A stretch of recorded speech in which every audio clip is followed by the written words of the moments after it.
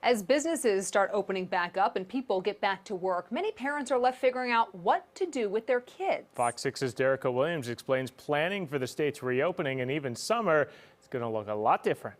Since March, some child care centers like this have been closed. Meanwhile, others are operating at a restricted capacity. Well, now providers are trying to figure out how and when they'll operate as the days go on.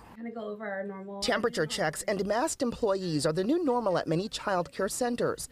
Tina Malcolmson, a district leader for KinderCare Education, says health checks and staggered drop-offs and pickups are just a few ways kids and staff stay safe. And we also have increased the number of times that we sanitize and rotate toys and playground equipment. But it's hard keeping kids at a social distance. We limit, only one classroom on the playground at a time, and then in between classrooms we sanitize. As summer rolls around, she says more centers will slowly open, but many are skipping the field trips. We're looking at bringing, activities to the center versus bringing, the kids outside of the center.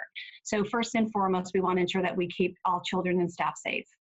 But we also want to make it fun for them as well. Over at the YMCA, where facilities have closed, except the one servicing frontline workers, Carrie Wall, president and CEO of Metropolitan Milwaukee, says they will start with only 2 centers and carefully open them up in phases. We're going to be running our summer camps. We're going to call them Opportunity Summer Camp, because what we need to do is fill the gaps of some of the learning loss and some of the other things that have been happening with the kids. The 2 sites that I said that we're opening are really 2 branches that are focused on the health and wellness.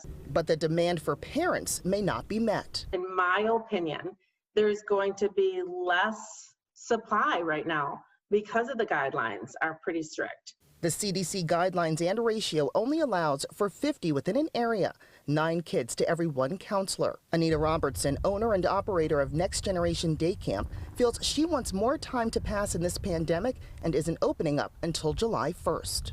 I think the best options, which most providers are doing, is trying to keep it to a minimum until we know that it's controlled. Providers say it's also about building confidence and comfortability for parents and letting them know that the proper precautions are being taken. Reporting in Brown Deer, Derica Williams, Fox 6 News. You'll find